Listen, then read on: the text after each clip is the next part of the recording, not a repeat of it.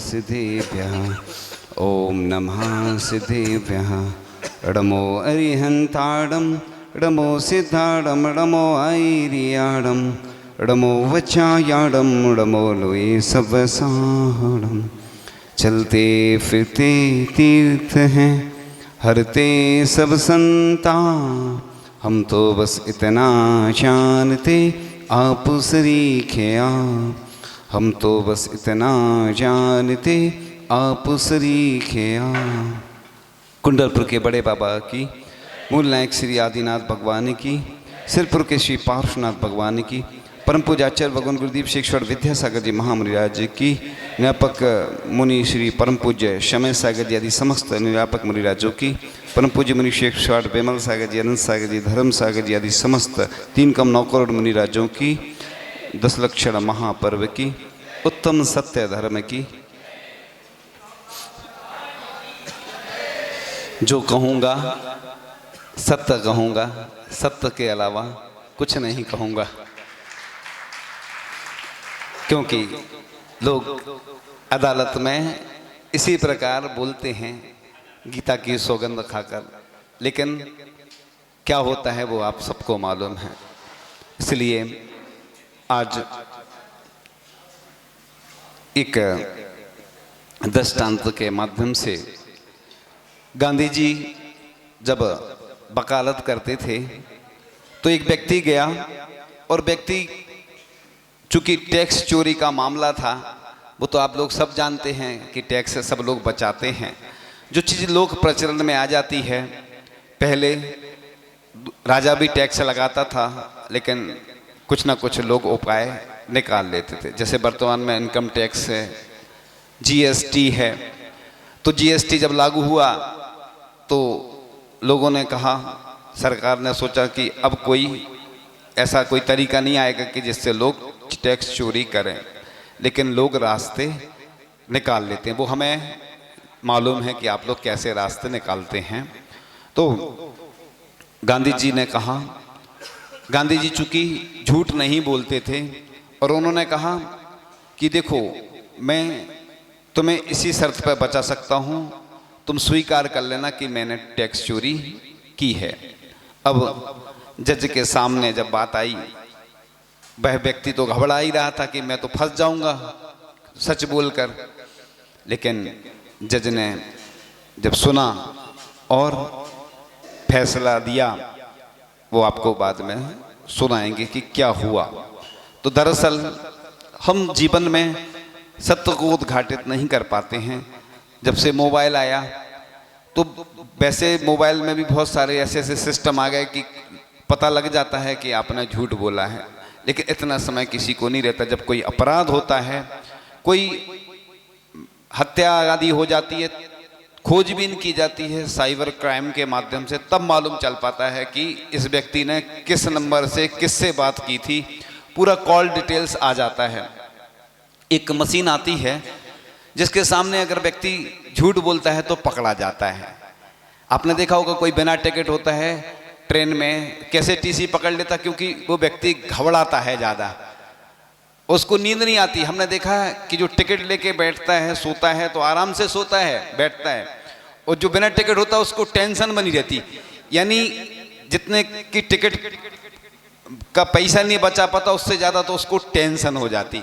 इसी प्रकार से यहाँ भी होता है कि व्यक्ति अगर धार्मिक क्रियाएं करता है तो वो निर्विकल्प रहता है, और नहीं तो व्यक्ति बस 24 घंटे, बच्चों को पढ़ाई का टेंशन रहता, व्यापारी को इनकम टैक्स का छापा नहीं पड़ जाए, जीएसटी वाले नहीं आ जाएं, उधारी है पूरी मिल जाए, महिलाओं को घर गृहस्थी का टेंशन रहता है कि भोजन बनाना, ये काम करना, लोगों को टेंशन रहता है। विभिन्न विभिन्न तरीके से सबके विकल्प बने रहते हैं।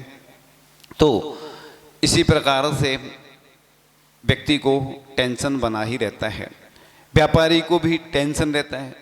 अब आजकल व्यापार में, पहले तो ऐसे ही चलता, जबान चलती थी। जबान का मतलब होता है कोई व्यापार अपन ने वायदा बाजार भी बोलते हैं उसको, जैसे अपन ने सोना चांदी खरीदा और शेयर मार्केट के हिसाब से रेट वगैरह चलते हैं उसके, और कई बार लोग वो कर भी जाते हैं। जैसे मंदिर में भी होता है, लोग बोली लेते हैं और बोली लेने के बाद कई बार बदल जाते हैं, और बदल जाते हैं, लोग मांगने जाते हैं, हमने कब बोला था, वो तो हमारे भैया ने बोला था, हम वो भूल गए थे, हम सोच रहे थे कि वो इतने की थी और हमें मालूम नहीं था, हमने ले ली, भावुकता में उस समय में भाव बन गए, लेकिन हमारी अभी स्थिति नहीं है। लेकिन जैन धर्म कहता है कि जो हमने बोल दिया मतलब अब हमारी जुबान से निकल गया, मतलब निर्माल हो गया। आपने अगर बता दिया कि हम इतने दिन में देंगे तो उसमें फिर दोष नहीं लगता निर्माल का। इसी प्रकार से अपन ने समाज का कोई प्रतिष्ठित पद लिया है और उस पद पर अगर अपन आसीन हो गए और अपन उसके हिसाब से काम नहीं करते तो भी दोष लगता है। क्योंकि अपन इसलिए तो शपथ दिलाई जाती ना, शपथ क्यों दिलाई जाती कि हम शपथ लेते हैं कि इस पद के अनुरूप कार्य करेंगे, और कार्य नहीं करते हैं तो दोष लगता है। सबसे पहले एक आज हमें सूचना दी किसी ने कि एक बाल गृह में अब चिकन और अंडा परोसा जाएगा। ये आज ही की खबर है, अभी सुबह सुबह एक व्यक्ति ने बताया। आप सोचिए मध्य प्रदेश में ऐसी घटनाएं घट रही हैं।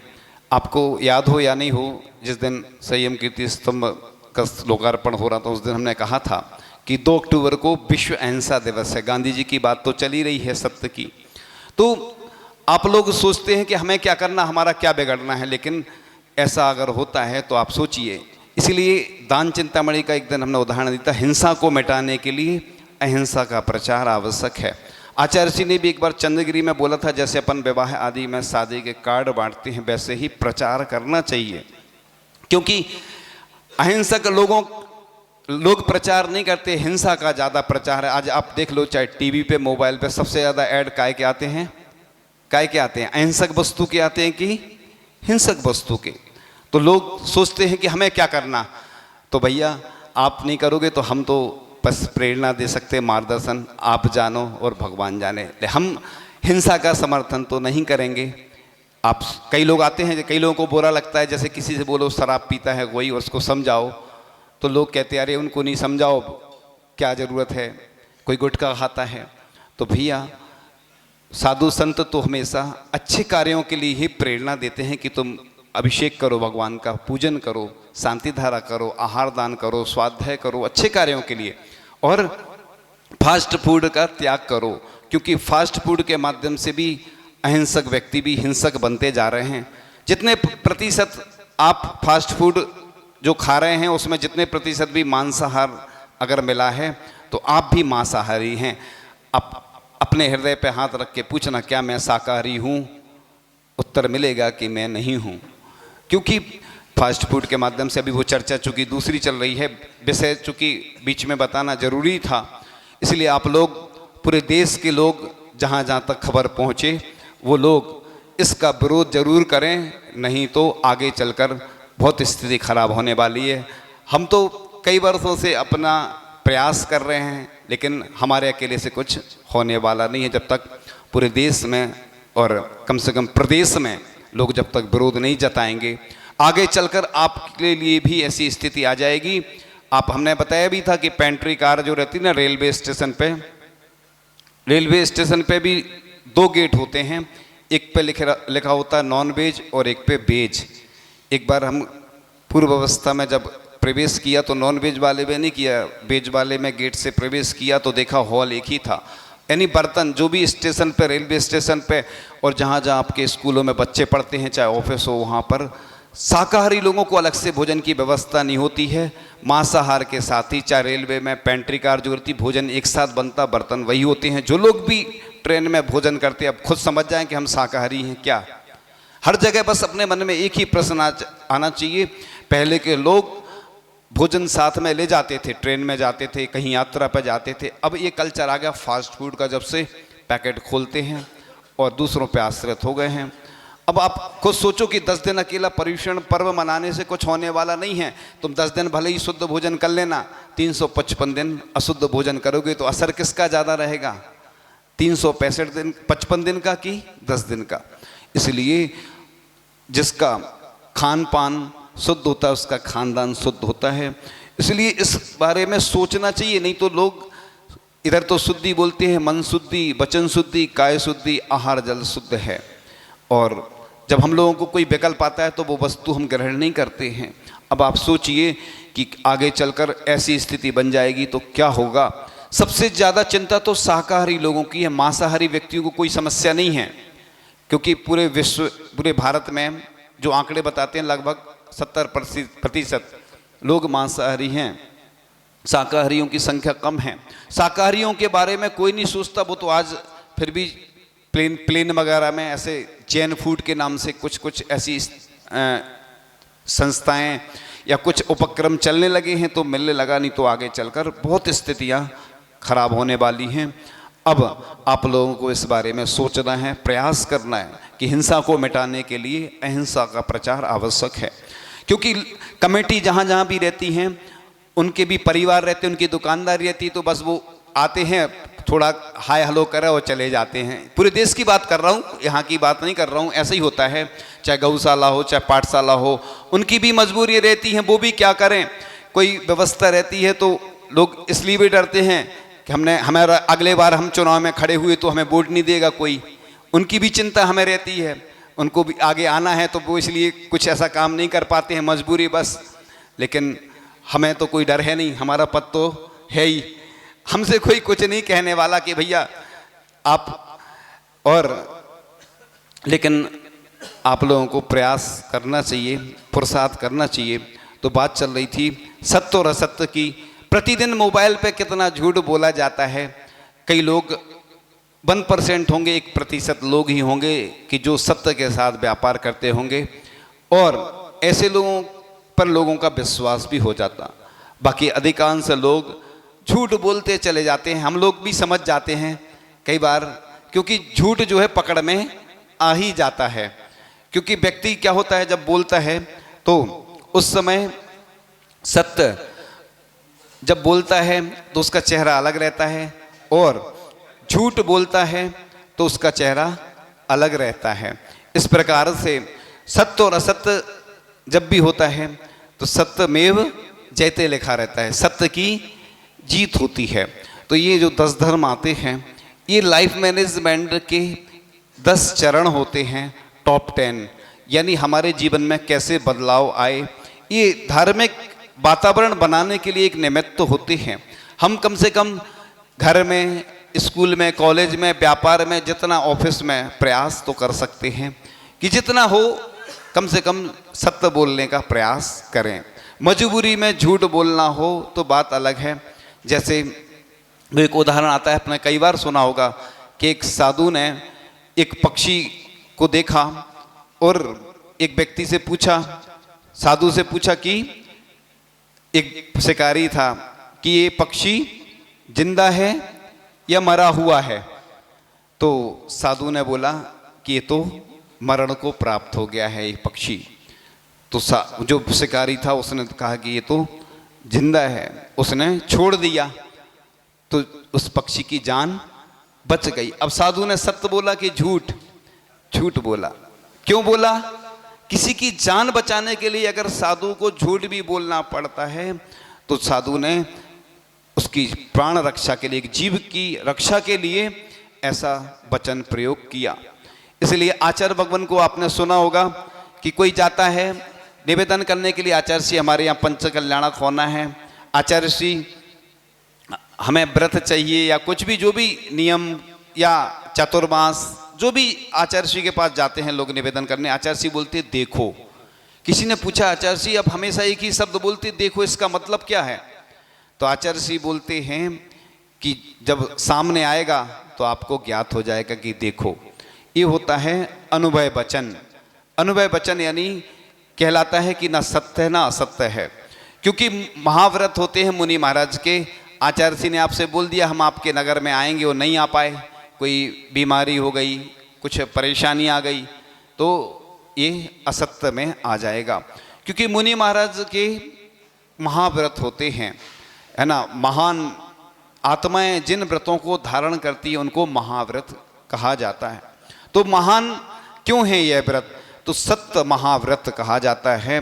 इसलिए मुनि महाराज कभी किसी के कोई भी प्रसंग आता है तो या तो मौन रहते हैं चुपचाप रहते हैं, शांत रहते हैं कि हमें बोलना ही नहीं पड़े कि हम आएंगे कि नहीं आएंगे। सब लोगों को भरोसा तो रहता है। लोग सोचते हैं कि मुनि महाराज ऐसा बोल दें। कई बार लोग आते ना आहार के लिए, बोलते हैं महाराज जी हमारे यहाँ इतने दिन से आहार नहीं हुए, महाराज जी आप तो उपवास पे उपवास करते चले जा रहे हैं, हमारे यहाँ आप आते नहीं हो।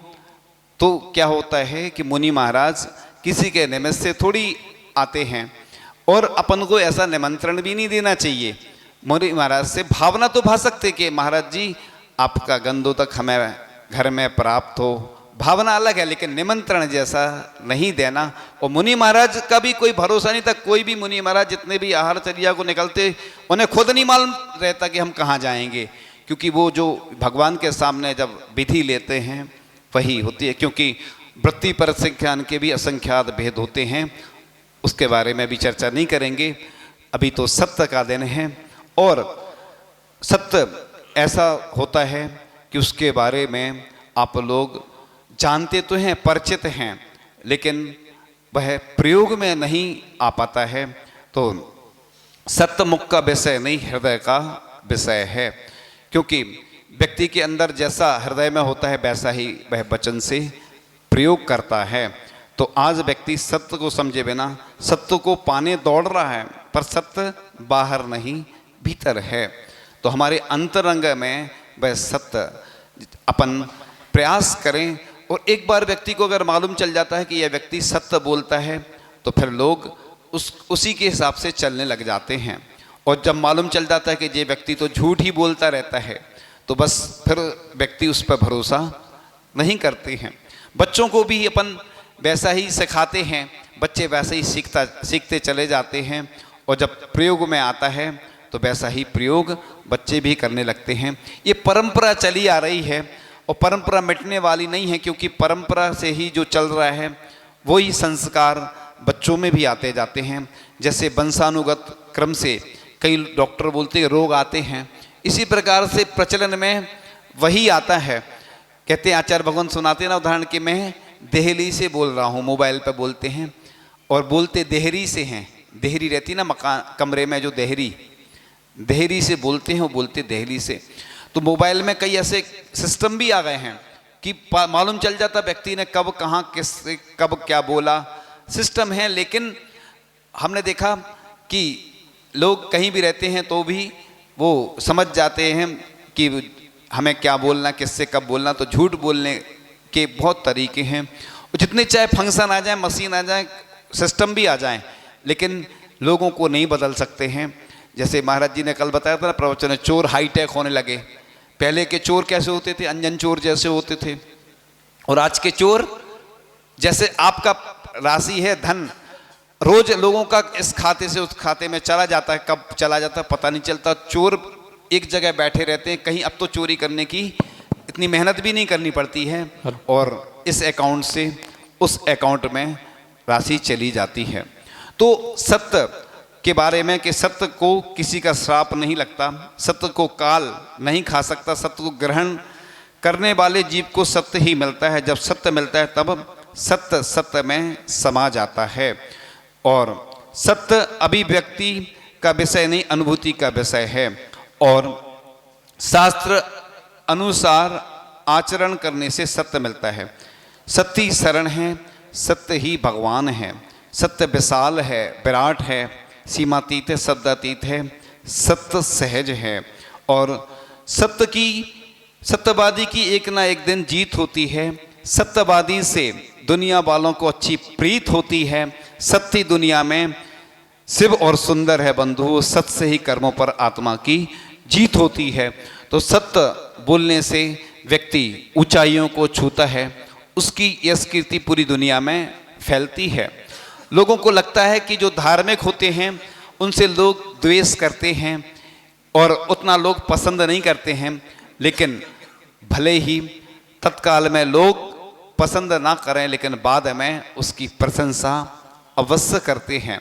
क्योंकि महान व्यक्ति पहले संघर्ष करते हैं, फिर बाद में धीरे धीरे जब उनके पुण्य का उदय आता है तो फिर लोग बाद में उनकी प्रशंसा करते हैं।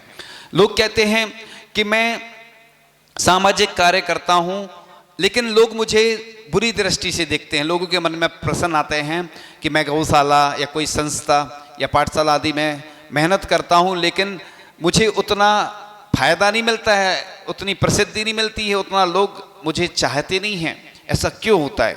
एक व्यक्ति ने, बहुत अच्छी प्रसिद्ध व्यक्ति है और सामाजिक उसने बहुत बड़े बड़े काम किए हैं, बहुत बड़े बड़े। उस व्यक्ति ने एक बहुत अच्छी बात कही थी कि समाज के कार्यों में उसी को आगे आना चाहिए जिसको ऐसी सहन शक्ति हो कि मुझे कोई पूछे या ना पूछे, मैं तो अपना अच्छा कार्य कर रहा हूं। यानी जिस व्यक्ति को प्रसिद्धि की चाह नहीं हो, वही व्यक्ति मंदिर यानी परोपकार के कार्यों में आगे आए। क्योंकि कई बार जो व्यक्ति कार्य करता है तो लोग उसकी टांग तो खींचते ही हैं। इसलिए डरना नहीं, क्योंकि प्रसिद्धि और विवाद एक दूसरे के पूरक हैं। जिस व्यक्ति को प्रसिद्धि मिलती तो विवाद भी निश्चित होते हैं, लेकिन अपन को उससे डरना नहीं। क्योंकि इस कारण से आपको याद है, जब पद्म पुराण का दृष्टांत मैं सुना रहा हूं कि सीता जी को छोड़ने के लिए कृतांत बकर सेनापति जब जाता है, तो सीता जी को जब ज्ञात होता है कि यह कृतांत बकर सेनापति मुझे छोड़ने आया है, पहले तो ये कहा गया था कि तीर्थ यात्रा कराने भेज रहा हूं, लेकिन जब वह कहता है कि जैसी रामचंद्र जी की आज्ञा है, मैं क्या करूं, मजबूर हूं, मैं कुछ नहीं कर सकता हूं, तो सीता जी ने जो बात कही कि रामचंद्र जी को कह देना कि जिसके कहने से आपने हमें छोड़ दिया, उसके कहने से कभी धर्म को नहीं छोड़ देना। इसी प्रकार से मैं उन व्यक्तियों को कहना चाहता हूं कि उनके लिए तो आचार्य श्री का, पूरे साधु संतों का आशीर्वाद हमेशा प्राप्त होता है, जो मंदिर के लिए, गौशाला के लिए और जो भी हमारी संस्थाएं परोपकार की चल रही हैं, उनके लिए जो भी काम करते हैं, उनके लिए हम हमेशा आशीर्वाद देते हैं और पूरे साधु संतों का बरदस्त उनके ऊपर रहता है। इसलिए कभी चिंता नहीं करना चाहिए कि कोई क्या सोचेगा, कोई क्या कहेगा। मंजिल पर ही रुकना हमको, हो कितनी भी दूर, लंबी राह नहीं कर सकती हमें कभी मजबूर। इसलिए हमें कभी भी डरना नहीं चाहिए, घबराना नहीं कि कोई क्या सोचेगा, कोई क्या करेगा। अपन को तो बस अपना काम करते चले जाना है। कई बार ऐसे भी व्यक्ति होते हैं जो मंदिर का काम देखते हैं और मंदिर नहीं जाते हैं। तो आचार्य श्री से किसी ने ऐसा कहा, आचार्य श्री हम मंदिर नहीं जा पाते, पूजन नहीं कर पाते, मंदिर का काम हमें देखना पड़ता, गौशाला देखनी पड़ती। आचार्य श्री ने कहा, तुम्हारी पूजन वही है जो इतने लाखों पशुओं की रक्षा कर रहा है, और जो मंदिर बनेगा 2000 वर्ष तक रहेगा वह मंदिर। उस मंदिर में जो भी काम कर रहा है, तन मन धन से सहयोग कर रहा है। कई लोग हैं जो विदेशों में रहते हैं, एक किशनगढ़ के व्यक्ति हैं, प्रसिद्ध हैं, जो दान तो खूब देते। अब सोचो वो सब जगह क्या पूजन कर पाएंगे क्या? उनने 1008 जगह दान दिया, प्रतिमाएं विराजमान की, अब पूरे देश भर में जाके पूजन थोड़ी कर पाएंगे। तो पूजन करने का नियम इसलिए दिया जाता है कि जो प्रतिमा विराजमान कर रहा है, देखो यहाँ के आदिनाथ भगवान मूल नायक हैं, 1300 वर्ष प्राचीन हैं, और मूल नायक का लोग यहाँ के महत्व नहीं समझ सकते। महत्व वही समझ सकते, इतनी एनर्जी है उनके अंदर, इतने ऊर्जामयी हैं आदिनाथ भगवान, पावरफुल। उनकी अगर अच्छे से भक्ति पूजन करके देखो, जब भी कोई काम की शुरुआत करो, सबसे पहले मूल नायक को श्रीफल चढ़ाना चाहिए, उसके बाद हर कार्य की शुरुआत करना चाहिए। तो आपके जीवन में देखना शांति समृद्धि अपने आप आती चली जाएगी। और लोग उसका महत्व नहीं समझते हैं। इसलिए ऐसी प्रतिमाएं जो भी हमारे बुजुर्गों ने विराजमान करवाई हैं, बड़े पुण्यशाली थे, और भी अभी जो इनकी रक्षा कर रहा है बड़े सौभाग्यशाली हैं। आगे भी हमारे भगवान, जब कुंडलपुर के बड़े बाबा का बिहार हुआ तो बस एक ही बात आई, आचार्य श्री ने यही कहा, हमें पूरा तत्व सुरक्षित रखना है, क्योंकि हमारे लिए मंदिर महत्वपूर्ण नहीं था, हमारे लिए बड़े बाबा महत्वपूर्ण थे। और आज आपने देखा कि पूरे विश्व का एकमात्र ऐसा पंचकल्याणक हुआ, प्रतिमा विराजमान हुई और भव्य मंदिर का निर्माण हो रहा है। ऐसे ही यहाँ पर भी जो मंदिर निर्माण हो रहा है 2000 वर्ष तक के लिए निर्माण हो रहा है, हजारों वर्ष तक। ऐसा लिखा गया है कि जो अनंत काल तक नहीं, जो इस मंदिर में जो भी दान दिया जाता, जो पाषाण के जिनालय बनवाई जाती है उसका अनंत गुना पुण्य लिखा है। देखो आचार्य भगवान का शरीर आपने देखा ही होगा, कुछ दिन पहले वो विहार नहीं कर पा रहे थे, तो सबका शरीर जीर्ण शीर्ण होना है। आचार्य भगवान ने जो काम सोचा था कि हमारे मंदिर कैसे सुरक्षित रहें, हमारा जैन धर्म कैसे सुरक्षित रहे, क्योंकि हर व्यक्ति को बस अपनी चिंता है, अपने परिवार की, अपने वंश की।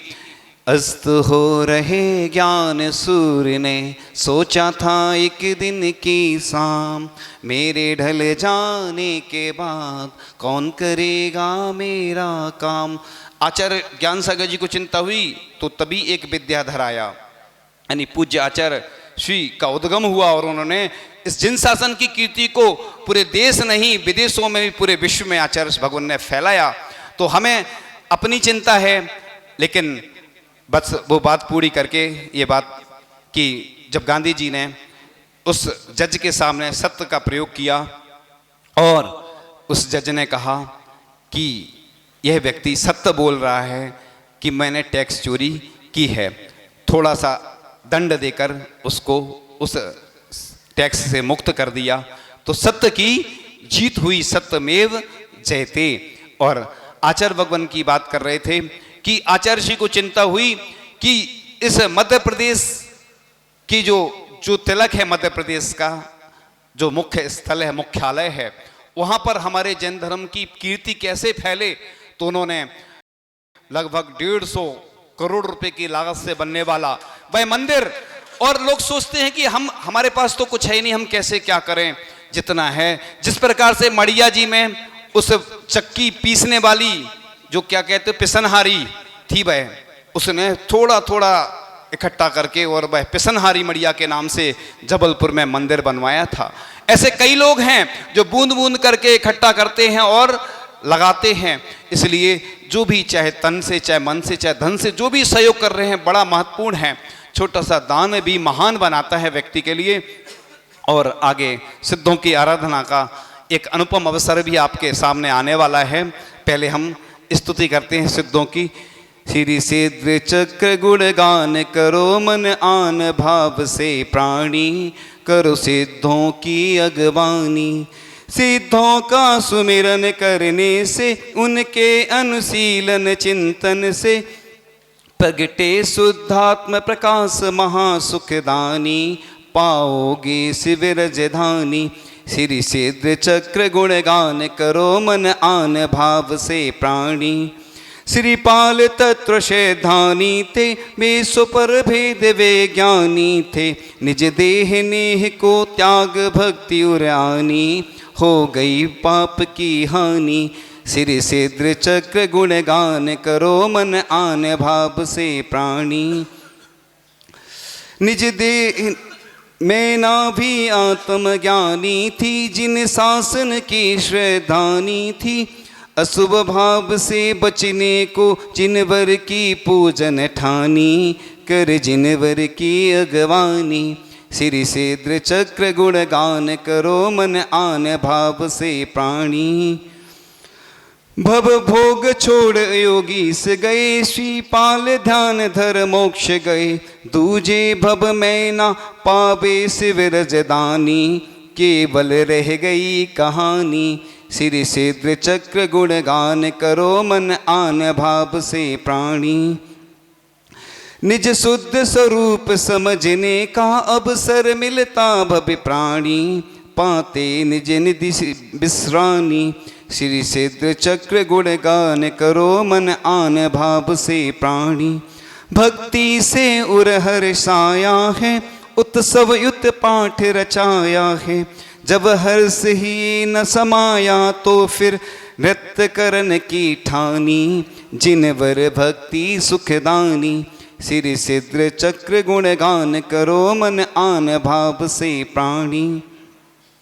जब सिद्ध चक्र का पाठ करो, उन्हीं का मन में ध्यान धरो। नहीं रहे पाप की मन में नाम निशानी, बन जाओ शिव पथगामी। श्री सिद्ध चक्र गुणगान करो मन आन भाव से प्राणी। जो भक्ति करे मन वचतन से, वह छूट जाए भव बंधन से। भविजन भजलो भगवान भक्ति उर आनी, मिट जय है दुखद कहानी, सिर सिद्ध चक्र गुण गान करो, मन आन भाव से प्राणी, करो सिद्ध उनकी अगवानी।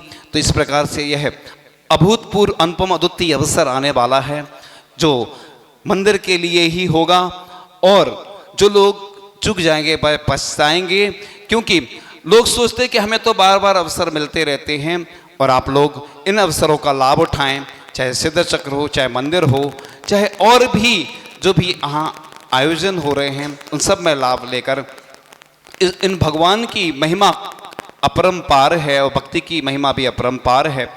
इस आज सत्य के दिन जो भी बताया, आप सत्य को अपने जीवन में उद्घाटित करें, सत्य का प्रयोग करें, इससे आपका जीवन सफल बनेगा, आपका जीवन सफल बने। इन्हीं भावनाओं के साथ परम पूज्याचार्य भगवान गुरुदेव शिक्षवाट विद्यासागर जी महामुनि राज की बोलिए। देवादिदेव 1008 केवल्य कमलापति।